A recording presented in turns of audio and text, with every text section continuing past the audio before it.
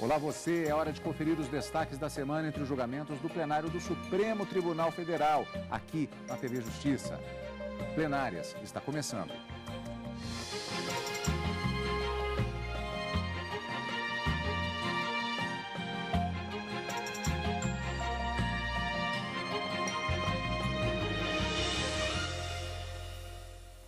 Hoje com os principais momentos das sessões dos dias 30 e 31 de março de 2016. Karina, eu tenho a impressão que o grande destaque da semana está na sessão plenária da quinta-feira, sobre a qual vamos falar daqui a pouco. Mas também tivemos julgamentos importantes na sessão plenária da quarta-feira. Eu diria que a quarta-feira foi marcado por decisões com votação unânime no plenário, embora o resultado final tenha sido pela negativa de 2 recursos extraordinários. E a quinta-feira foi a quinta-feira da maioria. Os ministros acabaram ratificando a liminar concedida pelo ministro Teori Zavascki, com uma parcial divergência do ministro Marco Aurélio e do ministro Luiz Fux, criando, portanto, uma ratificação por maioria e também o resultado de um julgamento que desde 2010 já havia começado aqui na Suprema Corte e que aguardava o voto do ministro Edson Fachin, apresentando um voto vista que foi pedido na época pelo ministro já aposentado, Joaquim Barbosa. Então, na quinta-feira, julgamentos por maioria, mas confirmando tanto a liminar dada pelo ministro Teori Zavascki, envolvendo a interceptação telefônica do ex-presidente Lula e que havia também uma comunicação telefônica com a presidente da República, e também a declaração de inconstitucionalidade de 2 leis do Estado do Tocantins, que, de uma certa forma, ao entendimento da maioria que acabou se formando com o voto do ministro Edson Fachin, violava a Constituição no que tange à irredutibilidade de vencimentos de servidores e uma possível violação do direito adquirido. Na quarta-feira, 2 julgamentos também de peso. Os ministros negaram provimento por votação unânime, a quarta é da votação unânime, e um recurso extraordinário que confirmou a constitucionalidade de uma alíquota diferenciada que deve incidir sobre a folha de pagamento de instituições financeiras, bancos, por exemplo, por conta da sua lucratividade. Então, há um tratamento diferenciado e os ministros entenderam que a própria Constituição autoriza essa alíquota diferenciada em razão do princípio da capacidade contributiva. E ainda na quarta-feira, os ministros também, por votação unânime, acabaram entendendo que a morte de um preso dentro de um presídio e que está sob a proteção do Estado, não obstante tenha acontecido em razão de suicídio ou de homicídio, não importa, se o Estado não tomou a cautela para custodiar esse preso e acabou acontecendo o evento morte, a menos que ele prove que houve toda uma circunstância para que isso não acontecesse, existe sim a responsabilidade civil do Estado e o dever de indenizar a família do preso morto. Quarta da votação unânime, quinta da maioria no plenário do Supremo. A questão das escutas daqui a pouco na sessão da quinta-feira. Vamos começar exatamente com esse último tema abordado pela Karina, que foi na sessão plenária da quarta-feira, na qual os ministros do Supremo Tribunal Federal analisaram a responsabilidade do Estado na morte de um presidiário. Os ministros entenderam que, além de garantir a integridade do preso, cabe ao Estado provar que o fato não teria relação direta com as péssimas condições do sistema carcerário. No julgamento de um recurso extraordinário, a Suprema Corte discutiu a responsabilidade objetiva do Estado com relação à morte de um detento. O Estado do Rio Grande do Sul queria afastar essa responsabilidade, já que as investigações não provaram se a morte foi por homicídio ou suicídio. Os ministros negaram provimento ao recurso e entenderam que, sempre que o preso sob custódia sofre algum dano, cabe ao Estado provar que não existe relação direta entre a morte e as condições precárias do sistema penitenciário. Em caso de inobservância do seu dever específico de proteção previsto no artigo 5º, inciso 49, o Estado é responsável pela morte de detento, admitindo-se a comprovação pelo poder público de causas excludentes do nexo de causalidade entre a sua omissão e o dano sofrido pela vítima, exonerando-o do dever de reparação. O presidente do Supremo Tribunal Federal, ministro Ricardo Lewandowski, lembrou que o Brasil tem a 4ª maior população carcerária do mundo. São mais de 600 mil presos. Para ele, a decisão da Corte representa um grande avanço para o sistema prisional brasileiro. Essa decisão fará com que o Estado tome mais cuidado com relação àqueles que estão sob sua custódia. Durante a sessão, os ministros também negaram recurso extraordinário a um banco do estado de São Paulo que questionava o acréscimo de 2,5% na cobrança de contribuição previdenciária em folha de pagamento dos funcionários. A defesa do banco argumentou que a cobrança seria inconstitucional, contrária ao princípio da isonomia e que o aumento só poderia ter sido autorizado por lei complementar, por se tratar de um novo tributo. Parece evidente que não estamos a falar da criação de um novo tipo de tributo. E esta circunstância, à luz da Constituição Federal de 1938, tem, meu modo de ver, o assento no princípio da igualdade em dois subprincípios, o da capacidade contributiva e da equidade para a manutenção do sistema de seguridade social. Logo, não estamos, portanto, a falar em matéria que esteja jungida à reserva de lei complementar com o devido pedido de vênia, os entendimentos em sentido diverso. Em 91, entra em vigor a lei cuja inconstitucionalidade está sendo suscitada, especialmente do parágrafo 1º do artigo 22, Lei 8.212, que, a rigor, densifica, em nosso modo de ver, aqueles princípios constitucionais. Essa densificação é, a rigor, como disse, do princípio da igualdade, entendido aqui na dimensão constitucional e, de fato, a Constituição há de ser o único norte e ela, de fato, o é nesta compreensão que estamos a propor. E, nesta medida, a emenda constitucional 20, que entra em vigor em 1998, vai ao encontro dos princípios constitucionais e da própria previsão que o legislador infraconstitucional fez nesta lei de 1991. O relator foi seguido e a decisão foi unânime. As instituições financeiras têm implementado uma progressiva diminuição do uso de mão de obra em razão da informatização da sua atividade, diminuindo a base econômica sobre a qual incide a contribuição patronal, que é a folha de salários. Ademais, trata-se de segmento econômico específico que apresenta altas taxas de lucro. Esses fatores, considerados sob uma perspectiva substancial e não meramente formal da isonomia tributária, ao contrário de interditar, legitimam a imposição de tributação considerada mais equitativa, como a que foi estabelecida pelo legislador ordinário. De modo que eu também estou negando provimento ao recurso e estou acompanhando a proposição de tese formulada pelo ministro Luiz Edson Fachin. Como voto, presidente? Carina, falando especificamente, primeiramente, da questão dos presídios brasileiros ou da responsabilidade objetiva do Estado em caso do evento morte, como aconteceu nesse caso que veio ao Supremo Tribunal Federal. É a questão da situação precária do sistema penitenciário brasileiro que volta ao plenário do STF. Sem dúvida, o ministro Luiz Fux, relator desse recurso extraordinário, ele lembrou bem um direito fundamental que todo preso tem, que é a integridade física e moral durante, não só durante o cumprimento da pena, mas no tratamento dispensado a esse preso que ainda não tem uma condenação. O Estado, a partir do momento em que prende uma determinada pessoa, nós temos ali um ser humano que é detentor da chamada dignidade da pessoa humana também, que, de acordo com a Constituição de 88, foi expressamente estabelecida como um princípio fundamental da República. E o Estado não pode negligenciar nesses pontos.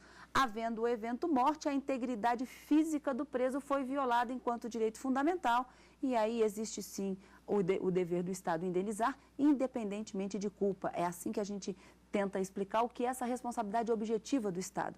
Havendo ou não a culpa do Estado, ele tem o dever de indenizar.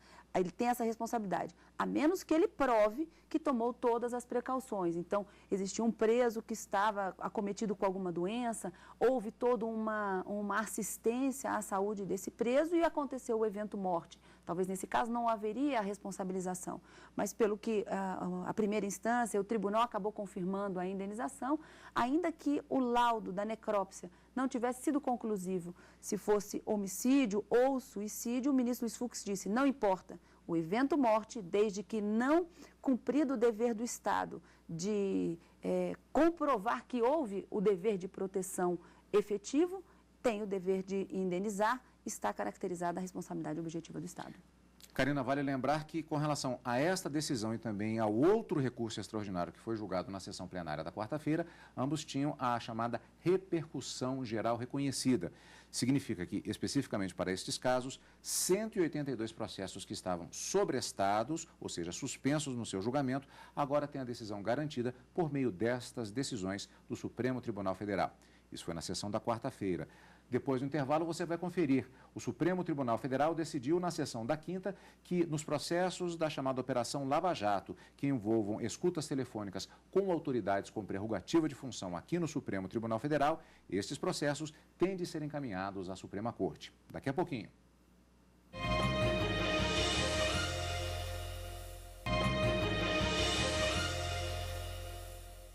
Estamos de volta com o Plenárias.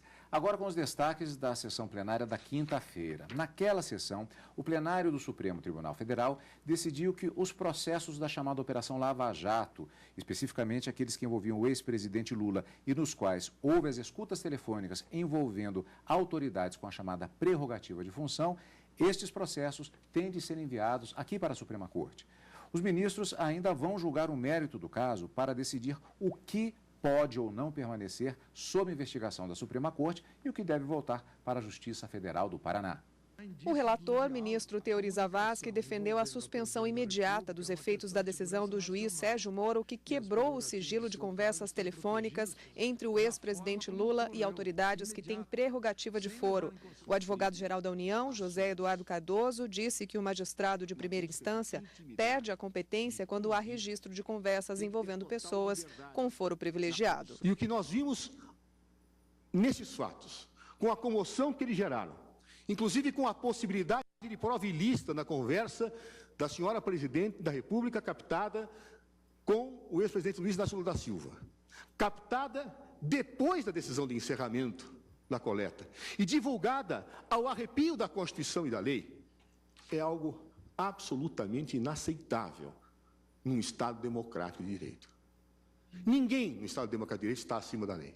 Ninguém. A presidente da República não está, os ministros não estão, os parlamentares não estão e os magistrados também não estão. O relator, ministro Teori Zavascki, também determinou a remessa ao STF dos procedimentos investigatórios que envolvem interceptações telefônicas feitas pela Polícia Federal, que registraram conversas do ex-presidente Luiz Inácio Lula da Silva. Os ministros ainda vão decidir se as investigações serão ou não desmembradas. Cabe apenas ao Supremo Tribunal Federal e não a qualquer outro juízo decidir sobre a cisão das investigações envolvendo autoridade com prerrogativa de foro na Corte, promovendo ele próprio deliberação a respeito do cabimento ou não dos contornos do referido desmembramento. Eu saliento isso porque aqui, como se viu, houve uma manifestação sobre a existência ou não de influência perante o próprio Supremo Tribunal Federal, por parte de ministros de Estado. No caso, matéria que evidentemente não é da alçada de juiz de primeiro grau, segundo a nossa jurisprudência. No caso em exame, não tendo havido prévia decisão desta Corte sobre a cisão ou não da investigação, cisão ou não da investigação, ou da ação relativamente aos fatos indicados, envolvendo autoridades com prerrogativa de foro no Supremo, fica delineada nesse juízo de cognição sumária, quando menos, a concreta probabilidade de violação de competência prevista no artigo 102.1b da Constituição da República. Diante da relevância dos fundamentos da reclamação, é de se deferir a liminar pleiteada para que essa Suprema Corte, tendo à sua disposição o inteiro teor das investigações promovidas, possa, no exercício de sua competência constitucional, decidir acerca do cabimento ou não de seu desmembramento, bem como sobre a legitimidade ou não dos atos até agora praticados. Procede ainda, disse eu, o pedido da reclamante para cautelarmente sustar os efeitos da decisão que suspendeu o sigilo das conversações telefônicas interceptadas. São relevantes os fundamentos que afirmam a ilegitimidade dessa decisão. Em primeiro lugar, porque é emitida por juízo que, no momento de sua prolação, era reconhecidamente incompetente para a causa, ante a constatação já confirmada do envolvimento de autoridades com prerrogativa de foro, inclusive a própria Presidente da República. E, em segundo lugar, porque a divulgação pública das conversações telefônicas interceptadas, nas circunstâncias em que ocorreu, comprometeu o direito fundamental à garantia de sigilo, que tem assento constitucional. O artigo 5º, inciso 12 da Constituição, somente permite a interceptação de conversações telefônicas em situações excepcionais, entre aspas, diz a Constituição, por ordem judicial, nas hipóteses e na forma que a lei estabelecer para fins de investigação criminal ou instrução processual penal, fecha aspas. Há, portanto, quanto a essa garantia, o que a jurisprudência do Supremo Tribunal Federal denomina reserva legal qualificada. O relator foi seguido pela maioria e parcialmente pelos ministros Marco Aurélio e Luiz Fux. Os dois ministros discordaram em um ponto do voto do relator. O envio dos autos à Suprema Corte suspende as investigações da 13ª Vara de Curitiba com relação a todas as gravações telefônicas do ex-presidente Lula. A questão é que a maioria das pessoas interceptadas não tem direito à prerrogativa de foro. O meu único ponto de divergência é o sobrestamento de tudo. Eu entendo que não se deve sobrestar as ações em relação a imputados que não detêm prerrogativa de foro, porque as ações não são conexas, os fatos são completamente diferentes e não gerarão o processo simultâneo. Entendo que os procedimentos investigatórios que digam respeito a pessoas naturais que não gozam da prerrogativa de serem julgados pelo Supremo devem ficar no juízo da 13ª Vara. Não houve julgamento do mérito sobre a questão. O entendimento foi seguido pelos ministros para que a Corte, única responsável por essa avaliação, possa determinar o que deve ou não ser investigado aqui no STF. Nenhuma medida de caráter investigatório ou probatório pode ser levada a efeito por juízo incompetente, tendo em conta o foro privilegiado que compete, enfim, ser apreciado por esta Suprema Corte. Eu me louvo também no artigo 5º, inciso 37 e 53 da Constituição Federal, igualmente no artigo 86, caput da mesma carta, 102.1b, C, 105.1a, também Vossa Excelência já fez referência ao Código Penal, artigo 84, e o artigo 2º da Lei 8.038 de 1990, para acompanhar integralmente o ministro Teori Zavascki, ratificando também a liminar concedida por Sua Excelência. Pois é, Karina, houve, portanto, o referendo na liminar. Aliás, até uma situação que ela é pouco comum, referendo em medida cautelar em reclamação. O próprio ministro, inclusive, Teori Zavascki, ele fez a observação no plenário, dizendo que, pela importância do julgamento, pela grande repercussão que tem esse julgamento, ele resolveu submeter a medida cautelar, a decisão dele da medida cautelar, ao referendo do plenário. O próprio ministro Marco Aurélio fez uma observação nesse sentido também, até por conta da possibilidade de sustentação oral, nesse caso especificamente, em função de todas essas questões. Um caso semelhante, Cadu, só te cortando claro, assim e fazendo, como diz o ministro Gilmar Mendes, um obter dictum, esse procedimento ele é bastante comum também, por exemplo, no caso da execução da pena de alguns condenados que estão sob a relatoria do ministro Luiz Roberto Barroso, no caso da ação penal 470. Recentemente, o ministro deu uma decisão acerca da progressão do regime para alguns apenados e ele submeteu essa decisão primeira ao plenário do Supremo Tribunal Federal para ter a confirmação, a ratificação dos demais ministros, mas seria uma decisão que ele poderia ter tomado monocraticamente. Mas para participar os pares, né, de uma certa forma, dessa decisão que, de uma certa forma, é relevante também para o próprio ministro. Então, trazer algumas questões que podem ser decididas monocraticamente para uma discussão em plenário, fica a critério do próprio relator e foi o que aconteceu nessa reclamação. Agora, Karina, houve o referendo na medida cautelar, mas foi uma decisão por maioria, como você disse, inclusive, no início do nosso programa de hoje. Qual foi o ponto específico? Foi um pouco mostrado na reportagem, gostaria de aprofundar um pouco isso, a divergência que foi apresentada pelo ministro Luiz Fux e pelo ministro Marco Aurélio. É interessante a gente pontuar que foram duas situações decididas nesta liminar. como você disse no início, na chamada, ainda não foi decidido o mérito dessa questão, apenas em caráter liminar e com execução imediata, inclusive que o plenário autorizou que a não divulgação dessas informações acontecesse de forma imediata, independentemente da publicação do acórdão. Essa foi uma decisão também proferida pelo plenário. Mas eram 2 pontos que nós devemos observar. Primeiro, a remessa de todos os procedimentos que envolvessem essa interceptação, envolvendo a Presidente da República e demais autoridades que têm como juiz natural o Supremo Tribunal Federal, e, num segundo momento, a decisão pela suspensão da publicação de quaisquer outras gravações que tenham ocorrido nesse sentido, para que os efeitos não fossem, estendidos, né, ao longo do tempo. Então, com relação a essa segunda parte, por votação unânime, os ministros concordaram com essa eficácia imediata, inclusive, essa execução imediata da liminar. Mas em relação à remessa de todos os procedimentos que envolvessem essa interceptação com a Presidente da República e outros que envolvessem também demais autoridades, o ministro Marco Aurélio disse, não precisa ser mandado todos os processos, inclusive os conexos a esses, em que não se verifique a presença ou, pelo menos, a conversa telefônica com autoridades.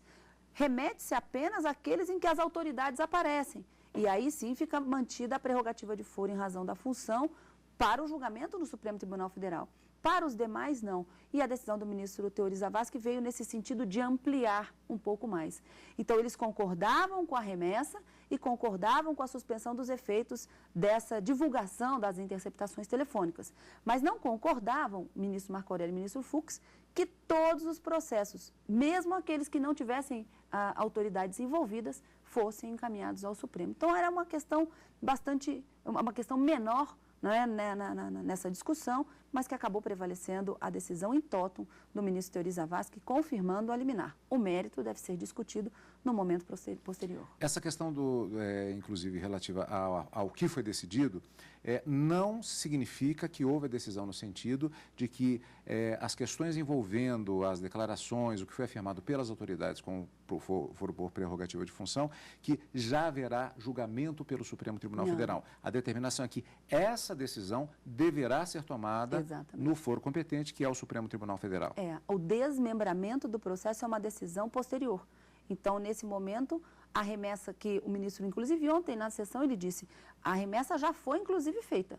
E agora não se pode divulgar mais nada. Esse é o efeito prático da decisão. Agora, o que fica no Supremo e o que volta para a 13ª Vara Federal em Curitiba, deverá ser decidido em outro momento.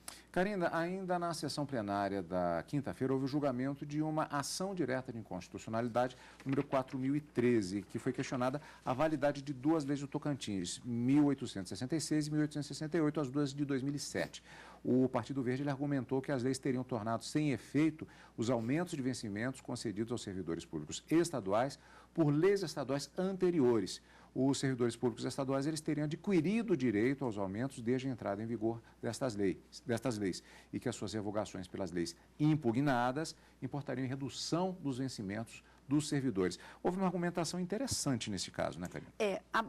As leis que concediam esses reajustes aos servidores, elas entraram em vigor no ano de 2007, mas com previsão de produzir efeitos financeiros em 2008. E antes que esses efeitos financeiros acontecessem, que esses valores caíssem efetivamente na conta dos servidores, essas outras 2 leis de 2007 fizeram revogar aquela primeira que concedia o reajuste. Então, o argumento aqui era de que, uma vez que a lei concede reajustes e entra em vigor, ainda que os efeitos financeiros não tenham sido implementados imediatamente, elas já foram incorporadas ao patrimônio dos servidores e a sua revogação implicaria na violação da Constituição quanto à proibição da irredutibilidade de vencimentos e também uma violação em relação aos direitos adquiridos. A lei não pode retroagir para alcançar nem o direito adquirido, nem o ato jurídico perfeito e nem a coisa julgada. E foi exatamente nesse sentido que o ministro Edson Fachin, trazendo o voto vista que havia sido pedido pelo ministro já aposentado Joaquim Barbosa, acabou decidindo, né, já que havia um empate no plenário, pela inconstitucionalidade dessas leis, dizendo que a revogação desse reajuste implicaria sim numa violação constitucional, mantendo, portanto, a lei primeira, que concediu os reajustes aos servidores do Estado do Tocantins. Outro destaque, portanto, na sessão plenária desta quinta-feira, estes foram os destaques da semana no plenário do Supremo Tribunal Federal. E na semana que vem tem mais. Encontro marcado na quarta e quinta, ao vivo, no Direto do Plenário, e no final de semana com plenárias. Portanto, obrigado pela sua participação, pela sua companhia, como sempre. E continue conosco aqui, na TV Justiça.